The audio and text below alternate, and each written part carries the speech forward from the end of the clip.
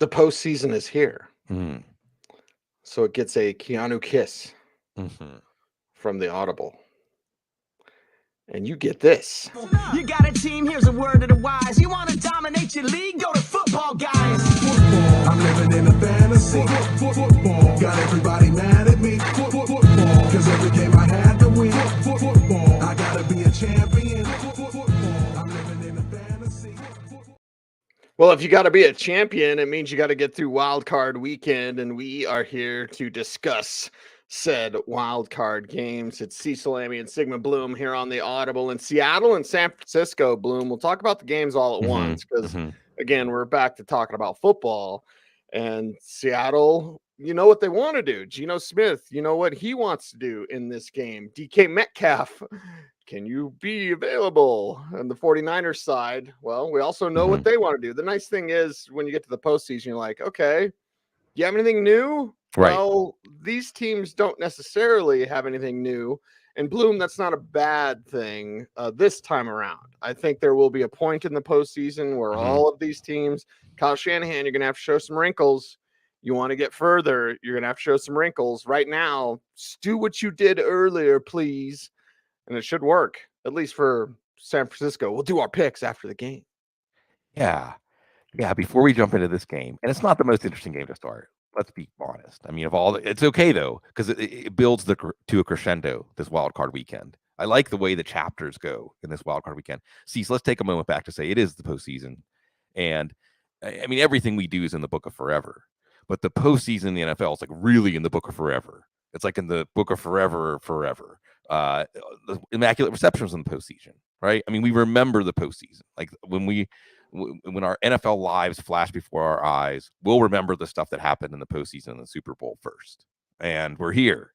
And it's where everything changes, right? See, like there's a player and then there's the playoff version of a player. Is that fair? Oh, yeah, for sure. I mean, some players grow, some players shrink, right? So this is going to be fun. And I think that we change our mindset, and it's nice. I mean, fantasy football is not as big of a deal. We can look at these matchups. Look, this matchup, Seattle side first, wasn't close the first two times around. I mean, this is a great story. See, so if there's a happy to be here team, right? A team that's like, hey, that we're here in the playoffs is a sign that this season was a success. That's Seattle. Geno Smith, Pete Carroll, vindication. But if they can win this game, it's going to be a superhuman performance by Kenneth Walker. Hey, playoff Kenneth Walker, playoff Geno Smith for that matter. DK Metcalf, Tyler Lockett, they've been there, done that. I mean, they've been in the playoffs. But they're not putting their stamps on the games lately. Now, is that Geno Smith? Is that the receivers? You're watching the Seattle games lately. You're not seeing them putting their imprint on the game.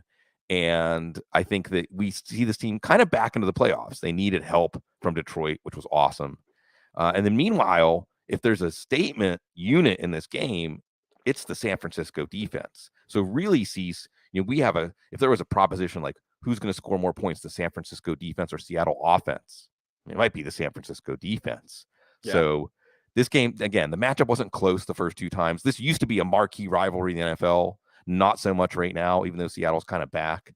And, you look at this, and it's hard to find a way for Seattle to win outside of like a 250-yard game from Ken Walker or maybe Geno Smith playing one of the best games of his life. Yeah, and San Francisco, we know what they want to do, Bloom. So let them have it. Right, and I think the headline here, Cease, is we've seen the San Francisco team. It's interesting how Kyle Shanahan is perceived. Like, is Kyle Shanahan a good head coach? Yes. Is he a great head coach? Yes. Because then going into this year, I don't know that was like a consensus opinion, right? But you see him do it again with a third-string quarterback. And even myself, maybe I'm projecting too much when I say when Garoppolo went down, I thought, well, that's a 7th round, third quarterback in his rookie year. Come on. I mean, the system's good, but it's not that good. The surroundings are good, but it's not that good. But it is that good. Again, with the defense peaking and regaining their early season form. So you got Brock Purdy in the playoffs, but why would he shrink, right? I mean, he didn't shrink when he was thrown into the fire. It's house money for Brock Purdy, man. His whole career's house money. Yeah. So I don't expect him to crack in this game. Debo's back, by the way. Debo, Ayuk, George Kittle. I mean, again, I was doing the playoff rankings, playoff strategy, good old playoff fantasy football. That's back to the roots of fantasy football. You want to get back to the roots of fantasy football. Oh, yeah. Do a good old 6-person playoff fantasy league, draft it over email or even a live draft. You can do a 6-person playoff league live, keep it score by hand. You can do all these things in playoff fantasy football. And of course, the fun part of playoff fantasy football is your game prognostications are a big part of it. And boy, it's hard to not pick San Francisco to go to the Super Bowl, right? I mean, when you think about how the teams are playing, you think about all the things the teams bring to the table, even with Brock Purdy. So, this is that first, and Eli Mitchell's back too, by the way, who looked good. Oh, yeah. Just add that Drano to the running game. And then the headliner, of course, Christian McCaffrey. And the difference between this San Francisco team that we saw come up just short against Kansas City, right? And a team that we saw come up just short against the Rams last year. And they could have won the Super Bowl. They could have beat Cincinnati. Third time's the charm for this unit. Christian McCaffrey. And then the trade was maligned, Cease, right? A lot of people didn't like it when you think the asset management of the NFL, right? But what if it's Christian McCaffrey that adds that extra oomph, right? He makes a few plays that only Christian McCaffrey could have made. Like, it's one thing that this system, this running game, this offense produces by design and execution. It's another thing when you have players, and again, they're all over this offense. That's why it's hard to pick against them. Debo, Ayuk, Kittle, all these guys add value to their touches, which are already manufactured to be high value touches in the first place. And Purdy is conducting the orchestra. So again, I think to get things, this is like a warm-up, Cease. This is that opener at the big concert festival where like maybe you're still getting your beers and getting your spot ready, because I don't think this is going to be much of a game. Yeah, not going to be much of a game, and it's going to be the 49ers. I got a score of 27-13. Blue, right. How about you? Right. 27-13. I'll piggyback on that and say the 13 is like it's 27-6 until garbage time. Okay. I got it. Garbage time. If you're playing fantasy playoff football fantasy, then that all counts. It all counts. And the Chargers and the Jaguars, I think the Jaguars are going to win this. And we didn't talk about Brandon Staley in the coaching carousel show. We probably should have, although that would require the Spanos family to spend money and make a decision, something they don't want to do necessarily. Right. But they should have already been in 2 Super Bowls with Justin Herbert. You have missed out on the rookie contract.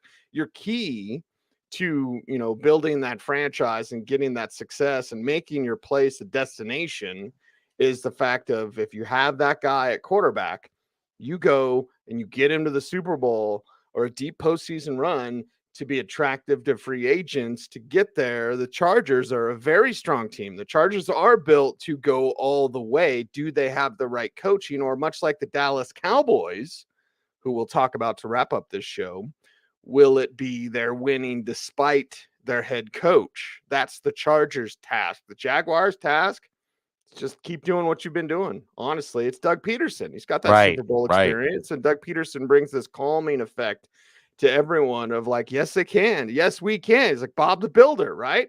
It's Doug Peterson, the Builder. So there you go. Chargers and Jags, Bloom. We're doing them both. And the Chargers should win just on paper, but at home, Jacksonville, momentum. And again, Brandon Staley, Doug Peterson, I know who I'm putting my chips down on. Right. And I think the stuff you touched on there, Cease, is a good way to just understand how we approach these playoff matchups from so many different angles when you're thinking about who's going to win or how's it going to play out. And the coaches, absolutely, sometimes that's a tiebreaker. Quarterbacks are a tiebreaker, right? I mean, you just say like, well, when in doubt, take the quarterback coach that has more experience and more success in the playoffs, because everything gets tighter. Because there's a lot of debuts in this game too. That's the thing.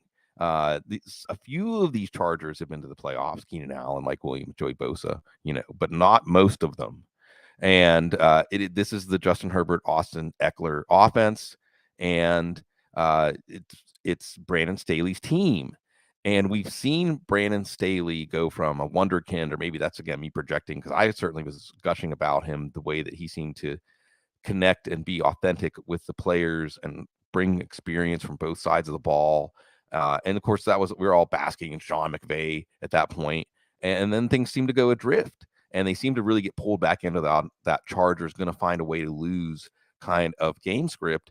And very quietly this year, I mean, that's the thing, Justin Herbert, who's one of the all-time best. See, so if we pause a quarterback at the point in Justin Herbert's development he's one of the best ever in the first 2 years of his career. I mean, just this is a player who absolutely is being overshadowed. Which again leads me to why haven't you been in the Super Bowl? Right. Like you're messing up his rookie contract. You got to get there while he's not getting paid.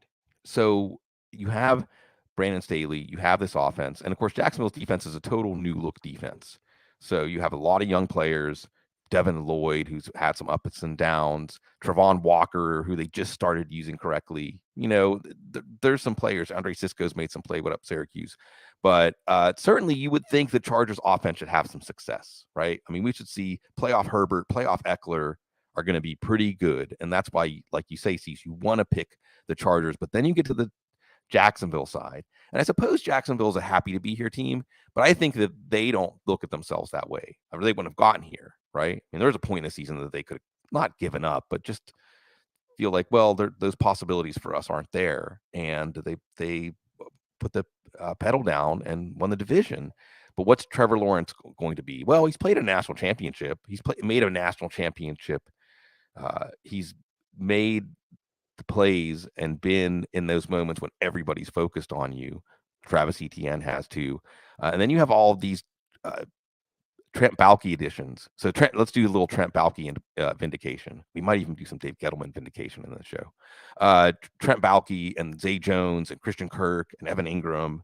And this short pass offense has been clicking, and the Chargers defense hasn't exactly been a strength. You got Derwin James, you got Joey Bosa. Again, they were on the last team to make the playoffs, beat the Chargers, lost to the Patriots. But you know that Doug Peterson's going to have these guys prepared. See, like mentally, emotionally, you know, they're going to have them prepared.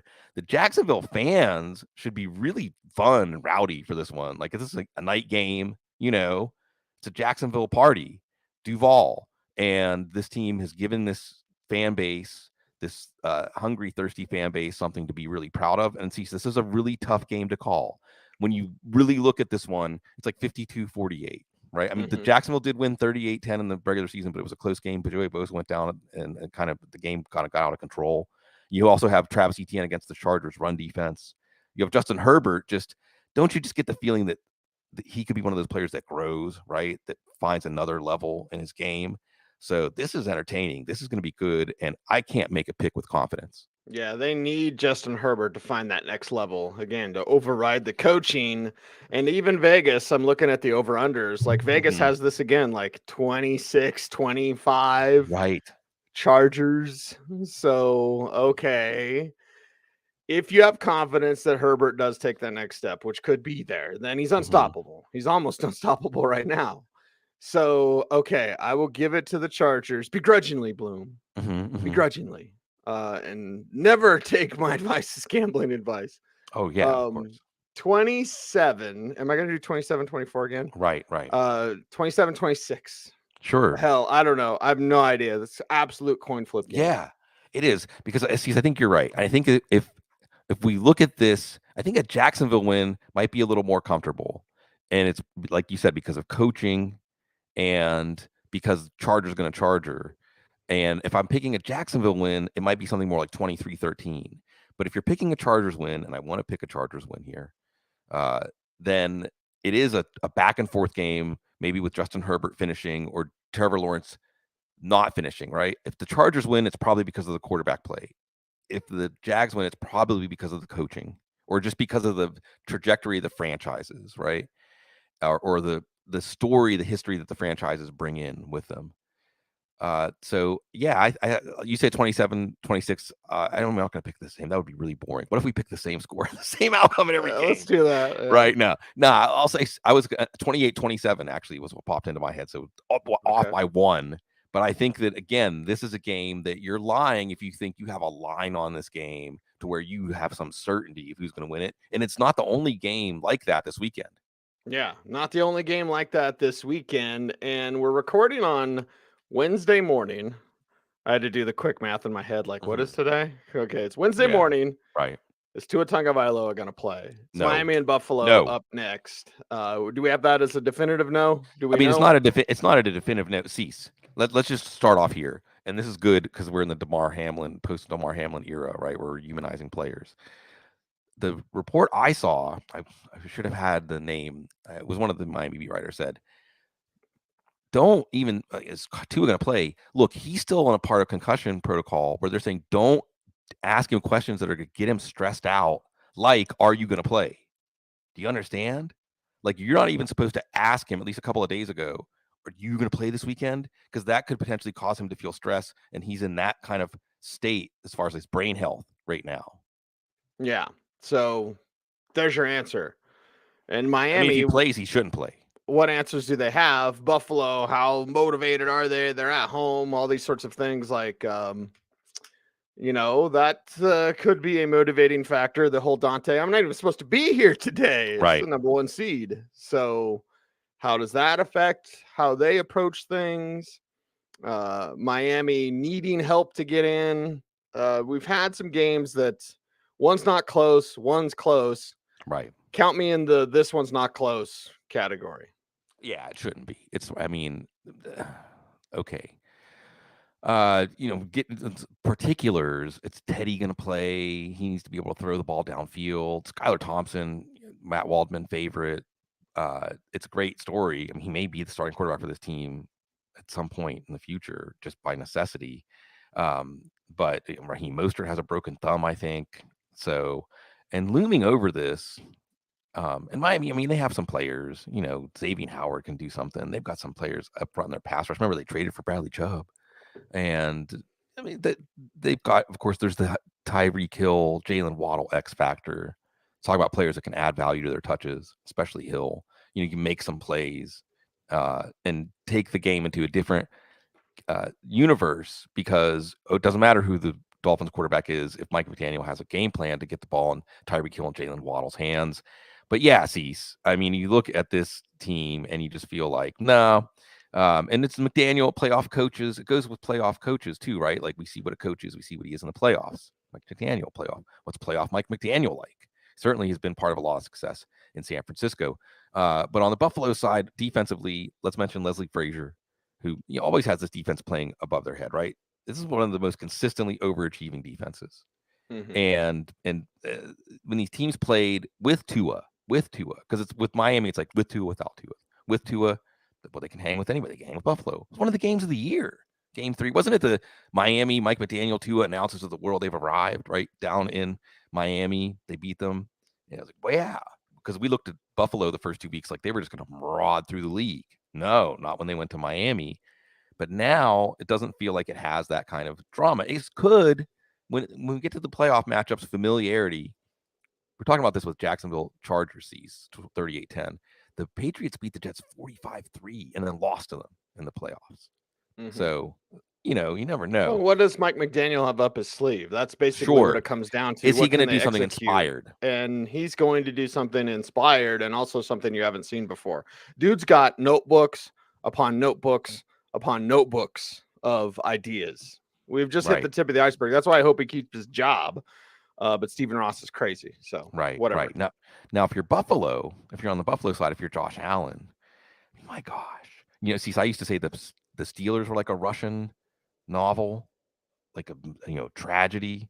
Boy, Buffalo. I mean, maybe I guess it makes sense. The weather's even more Siberian up there in Buffalo, and what this team has been through.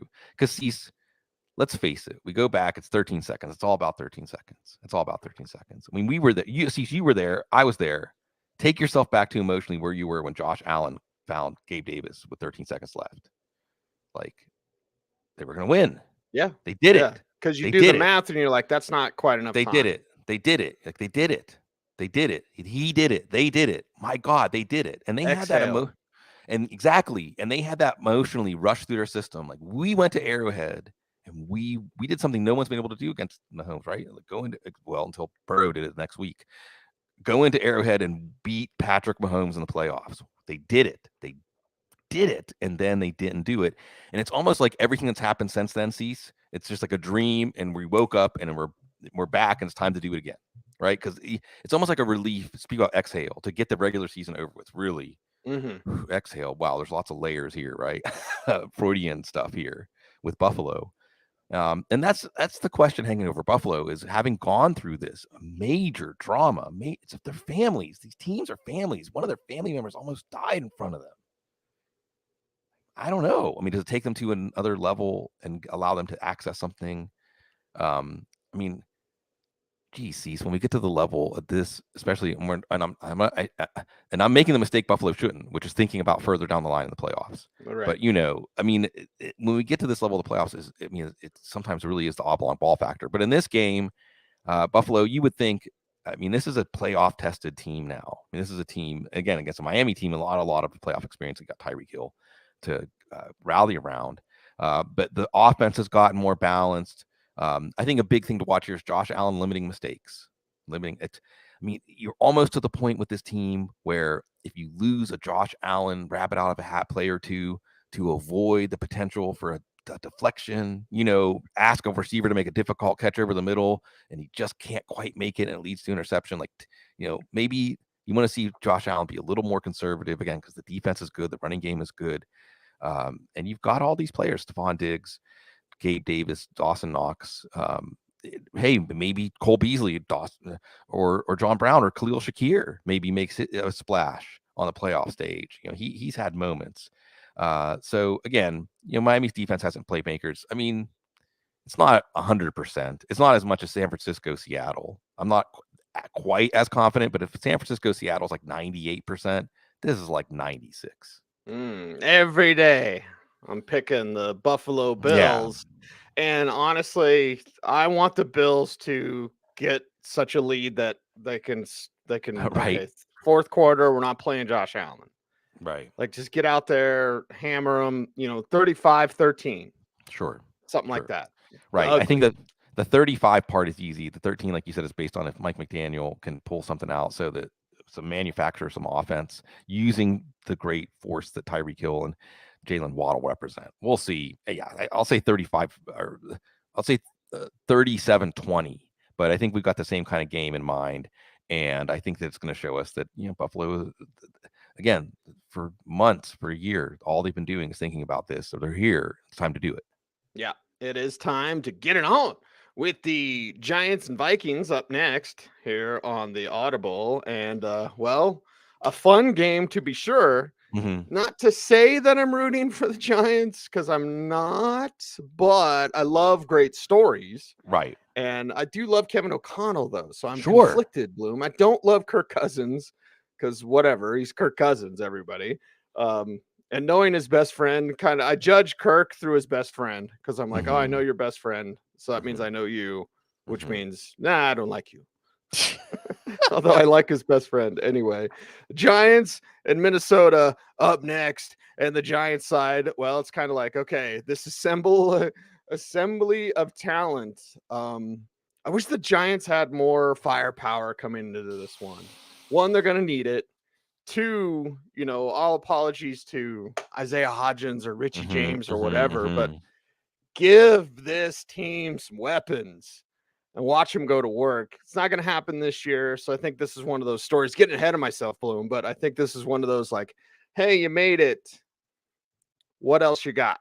Yeah. Like next year, continue to build. We can celebrate the Giants for getting here, but I'm not sure they get past Minnesota. Yeah, this game, so you had the Jacksonville game, Jacksonville Chargers, one of those teams, Jacksonville, went through a total reboot this offseason.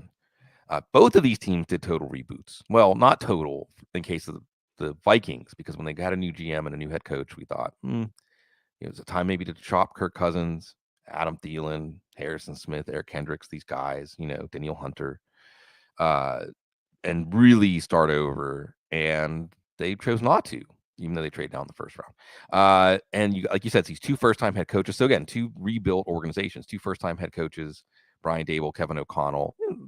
I mean, both offensive coaches, but certainly different when you think about the archetype of coach they represent. Again, Kevin O'Connell's like soft-spoken, friendly.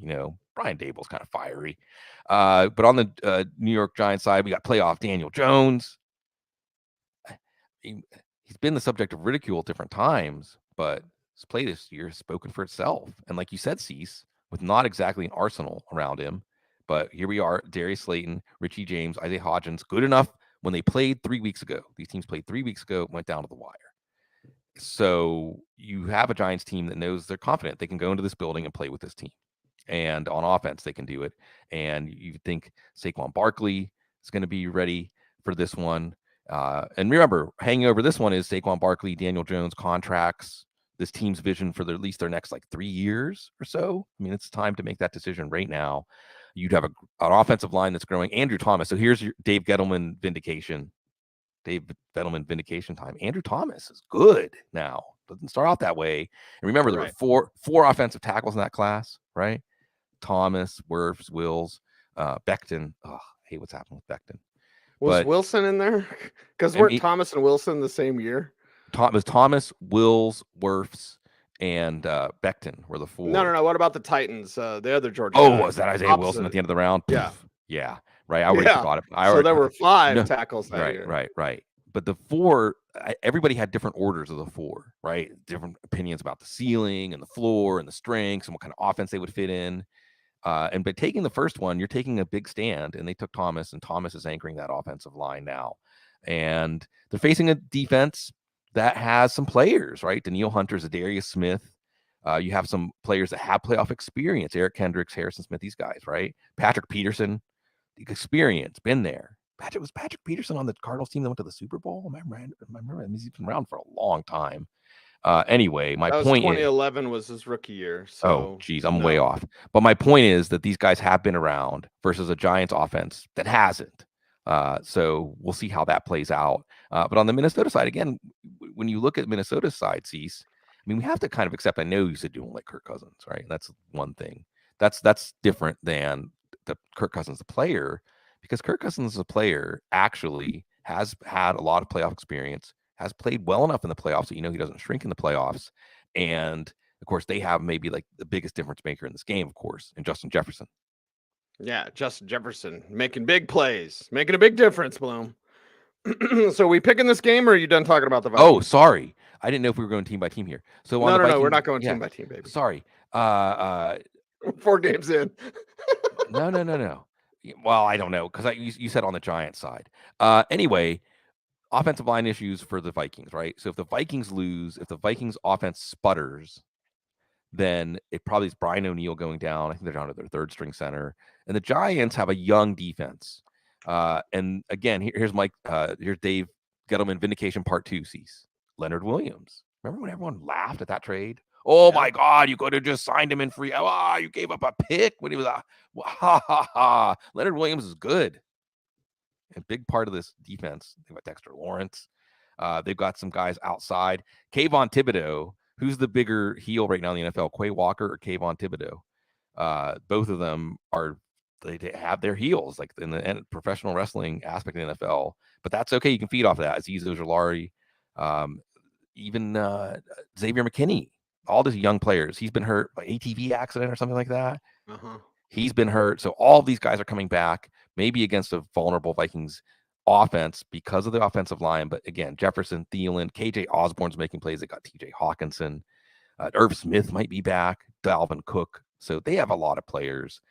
We'll see if the offensive line can do enough. You think, though, if this comes down to one drive, Cease, then just like it went in the first game, I mean, you got to like Kirk Cousins. Yeah, Irv Smith actually surprised me with the work he got last week. I was like, oh, they are going to use him. 24-21, it's Minnesota in this one. So closer, fun, but Giants fall in the end. Who do you got? Yeah, I think so. I think that, again, if you're going to flip a coin here, and it is a flip a coin kind of game because they played it and it was that kind of game, I'll take the quarterbacks here. Getting first-time head coaches kind of cancel these other out. More experience on the Viking side. But I hope, Cease, not the last time we'll see a Jones, Barkley, Giants team in the playoffs. Yeah, hopefully not the last time. And here comes the crescendo, Bloom. Baltimore, Cincinnati. Is Lamar Jackson going to play? With the Roquan Smith deal, probably not sitting real well with Lamar Jackson. That's just a guess. Okay, does Jackson put it on the line because it's the playoffs? And if not, well, what the hell does Baltimore do? And Cincinnati, one of those teams like Buffalo, like, okay, do we just curb stomp him and get him out of the way? Do we start resting Burrow? Does Burrow even rest? And yes, it was Joe Burrow. I misspoke in our coaching carousel show, or which was it? One of the shows I've been doing. A show. And I Yeah. misspoke. A show. And I said about Justin Herbert. It was Joe Burrow who's like, what's your playoff window? He's like, my entire career. Yeah. So yeah, love me some Joey B, and appreciate Lamar Jackson. But Bloom, I think I appreciate him more than the Ravens do. Yeah, and that's what hangs over. We're not going to see Lamar Jackson. I don't think so. I expect no. And honestly, if we do see Lamar Jackson, it might not be great. It might be kind of that swan song for the. I mean, that's what hangs over this game, the Jackson Ravens era. What becomes of it? It's a rematch. It's a rematch that just got played last week. You know, the Ravens can take some stuff out of that and be like, "Oh, we played them closer. Right, Yeah, we showed." And come on, if it's Tyler Huntley, Anthony Brown. Baltimore can win this game again. In no chance ever, Cecil, when we do a playoff preview, will we say a game is 100% a team is going to win? It's just not. That's just not. I mean, we've seen those kind of playoff matchups go the other way, but Baltimore can make this a street fight, running game. Gus Edwards has a concussion, but J.K. Dobbins, he's had his moments.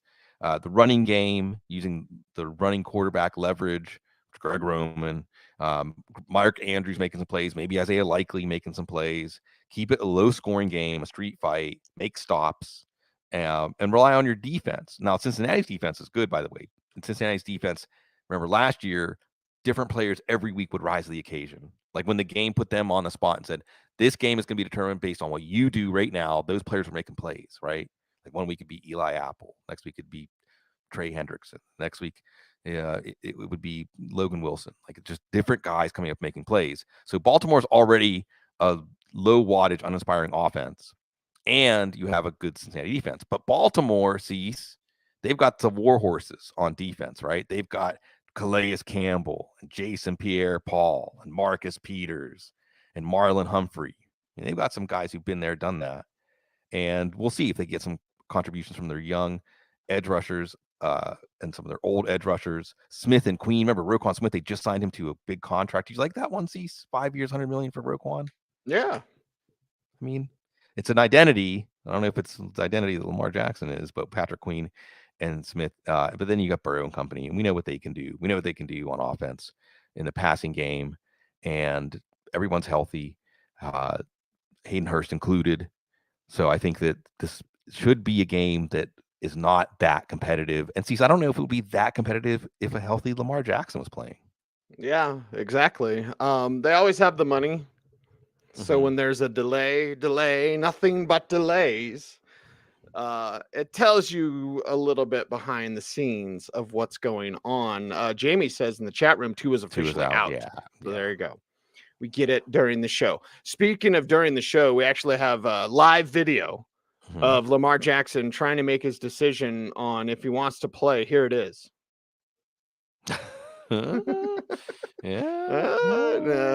Huh? Well, it's Kombucha Girl. There's a series. I think it's Vice. I don't know who it is, Bloom, but it does. I became a meme. Here's the story. The little 5-minute little mini documentaries, but it's very, very interesting about when people just become a meme. She had worked at a bank, and then I think her bosses fired her because it became such a distraction for them, not for her. Really? That's not cool.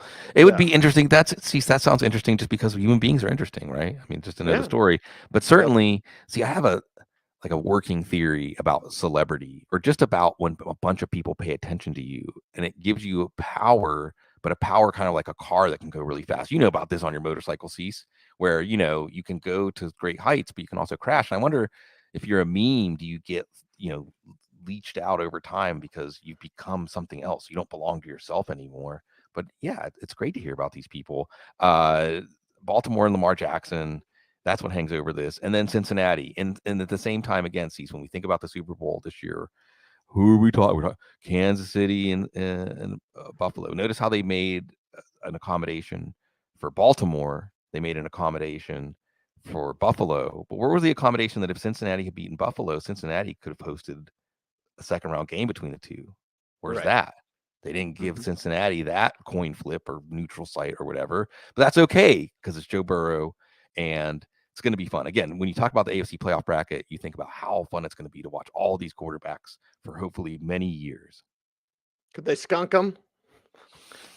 I'm not going to pick very many points for Baltimore. I'm not going to pick 0, Bloom, but give me a Bengals score and I'll agree with it. Yeah. And give me a Ravens score and it better be in the single digits. Sure. Something like that. Exactly. Like 31-9 or something like that. Yeah, you would hope. I mean, this is a weekend of coin flip games and games that on paper at least don't look close. Not close at all. I'm rooting for chaos. And actually kind of Tom Brady, which makes me feel dirty just saying it out loud. Wouldn't mind seeing Dallas get in the head coaching search just because it's Jerry and it's, I don't know, Schadenfreude to watch Jerry Jones continue to struggle and suffer just because of who he is. Right. But it's Tampa Bay and it's Dallas. And okay, Dallas, you got there. You've got a path. If we talk about teams that are playing in this wild card round, like who has that path, it's certainly Dallas. It's certainly the 49ers. Sure. Of the teams that are playing, obviously we know Philadelphia's not playing, but like Tom Brady's standing in your way. The guy you don't beat, the guy that beats you, the guy that, gave up his family to be here today. Let's just be direct. Exactly. Let's just be direct. And, Dallas, can you make that sacrifice? Do you have that same sort of, because if Brady's on still at this age, like you're not stopping him. Right. So, Dallas, what are you going to do this week against the Buccaneers? Right. I mean, this game just screams like Tom Brady against Mike McCarthy or Tom Brady against Jerry Jones. Again, Jerry Jones 0-7 against Brady. Can NFL teams rope-a-dope? Yes. Was Tampa rope-a-doping this year? Possibly. And we're going to find out, right? Yeah. If you don't know what rope-a-dope means, by the way, go and find out. Pause this and go and find out. Come on, learn about Muhammad Ali. Anyway, so that's the story here, right? Jerry Jones has never beaten Tom Brady. And see, Tom Brady, it's interesting because I want to be right in what we learned this year, right? Fantasy football, NFL, whatever, what we learned. And it did seem like a year that age caught up with quarterbacks, right? Matthew Stafford, Aaron Rodgers, yeah. Matt Ryan. And Matt Ryan was already had its like grip around his leg, but it just pulled him down into the grave. And you saw quarterbacks that tail end winter of their career, it got colder. But Tom Brady actually had his best game like a couple of weeks ago, in the game and it was with Mike Evans. And it was a close game. I mean, Sam Darnold, let's not forget what Sam Darnold did. But when it mattered, when they had to say, okay, like this is it, you could rope-a-dope, you got to win this one if you want to go to the playoffs. Okay. And they showed up and Mike Evans and Tom Brady did it. And Chris Godwin looks good back from his ACL. So, Tampa's offense, and it's Brady, where Brady almost has that mythical aura that it isn't even like Tom Brady has to, and Belichick has this to an extent, but it's worn off without Brady. But Brady's carried it with him down to Tampa, where it does kind of get in the heads of players on both sides, right? On both sides of the ball. You're like, we got Tom Brady. You're like, oh, we're facing Tom Brady. And certainly you already have a Dallas team that has confidence issues, right? You talk about a team that has a seed of doubt. And if you take the seed of doubt and you put it under a microscope, it's Mike McCarthy. That's the seed of doubt, right? That's the seed of doubt. I mean, Cecil, you talked about it. You framed it so well. And this is the crescendo, by the way. Forget about the playoff bracket. Just from a stories of the humans involved, what an interesting game. And we've been on a crash course with this game for like a month. And the players probably knew that. And they probably knew this was coming. Remember, this was the first game of the year. Dak Prescott got hurt. Tampa won 19-3. So when we talk about the Dallas offense, again, Dak Prescott got hurt, but it wasn't like they did a lot against Tampa. And Tampa's defense has a lot of playoff success memory. So Dak Prescott, who looked tentative losing to San Francisco last year, this is all fits into Dak's career. Can he break out of the constraints of his offense, break out of the constraints of playing it. I mean, what did Dak Prescott, what was he born as in the NFL? This amazing 4th round underdog story, kind of like Ben Roethlisberger in his rookie year, though. Like, just don't make mistakes. Just run the plays as designed. And you're doing great, kid.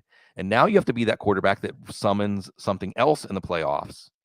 And can he do that? He's got CD Lamb to help him. The running game, this team wants to be a running game offense, but it's Tampa. So you're probably better off. Like, does Kellen Moore, do they would lean into that and say, no, let's make this a Dak Prescott game, a passing game. Remember T.Y. Hilton?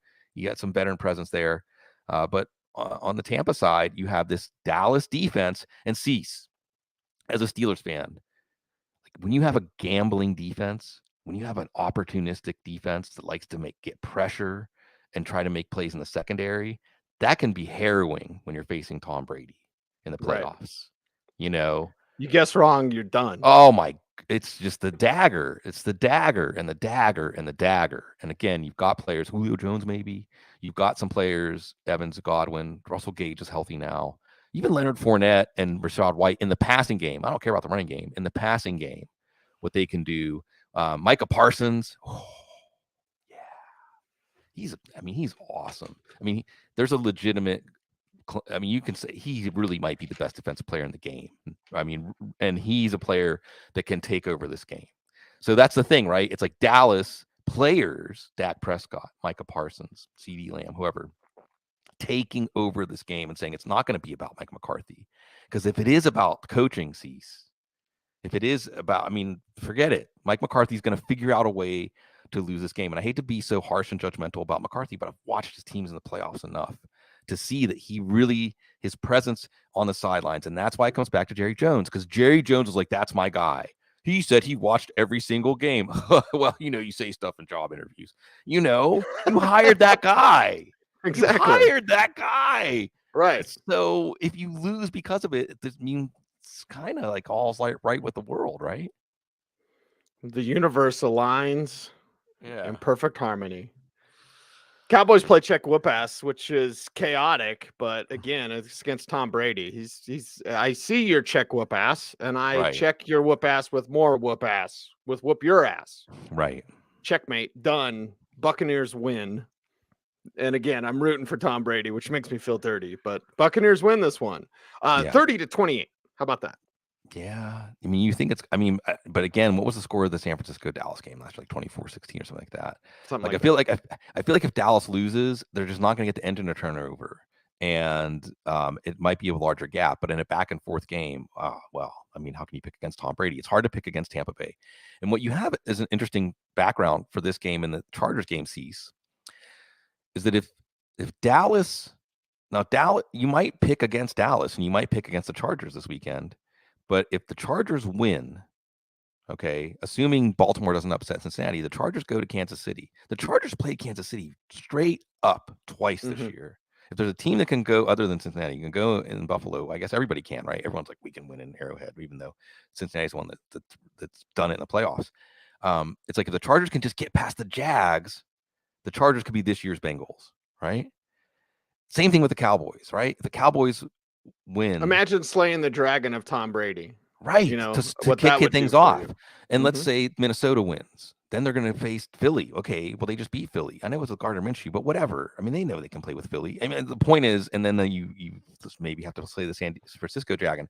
So with Dallas, it's almost like that first game for Dallas and the Chargers. If you can just get past that first game, now you're fresh. Like you're in it. And the Mike McCarthy factor, the Chargers are going to Charger factor. Maybe this can be a year that you shrug that off if you can just get past that first game. But yeah, it's hard to pick Dallas in this one. So I'll say, 29-20, Tampa, just because it's that Mike McCarthy factor. And Dallas fans, if you lose because of Mike McCarthy and it gets Mike McCarthy fired, then that's productive at this point, because that's the coach that Jerry keeps saying that he's going to stick with, and you don't want that. You don't want that.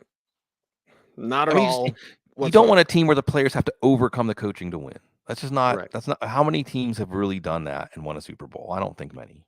When you get to the playoffs, it's all about your coaches and your quarterback. So for our pot stoner degenerate Jason up there in Greeley, it's like, put your chips on the best quarterback and the best coach. And when you have that combination already wrapped up, well, You know which side to pick. Anyway, it's playoffs. Yeah. It's enjoyable. It's busy time, Bloom. So Yeah. we won't be doing a playoff recap, a wild card recap. But I'm sure we'll check in sometime next week with news and notes, because this league never stops giving us things to talk Drama. about. Yeah, drama. I just hope 2 is okay. But yeah, I really think it's important. Again, the last coda. I don't think Tua needs to play football ever again. Yeah, and whether or not he does, I just hope people understand that that's where he's at in the health of his brain. And you're not even supposed to ask him if he's going to play right now, so that he can allow his. I mean, it's an organ, and when it gets damaged, like, its function is compromised, and that function can compromise basic things that we all take for granted every day. Mm-hmm. Yep. All right. He's Sigmund Bloom, everyone. You follow him on Twitter at Sigmund Bloom. I am at Cecil Lammey. Don't follow me. The show is at The Audible. We certainly appreciate each and every one of you out there for watching the show. So help us do all those YouTube things: like, comment, share, subscribe, hit the notification bell so that you never miss a vid. And we will be here for you throughout the off season. Again, probably a news and notes show next week. Certainly a preview show next week. Bloom, you said you had something? No, I hope. We'll definitely be checking with folks, and let us know if you want to hear from us and you haven't heard from us in a little while. Yeah, exactly. That's how you do it. He's Sigmund. I'm Cecil. We are The Audible. Until next time, be safe, be kind, know that you are appreciated. Stay tuned. And as always, please stay frosty.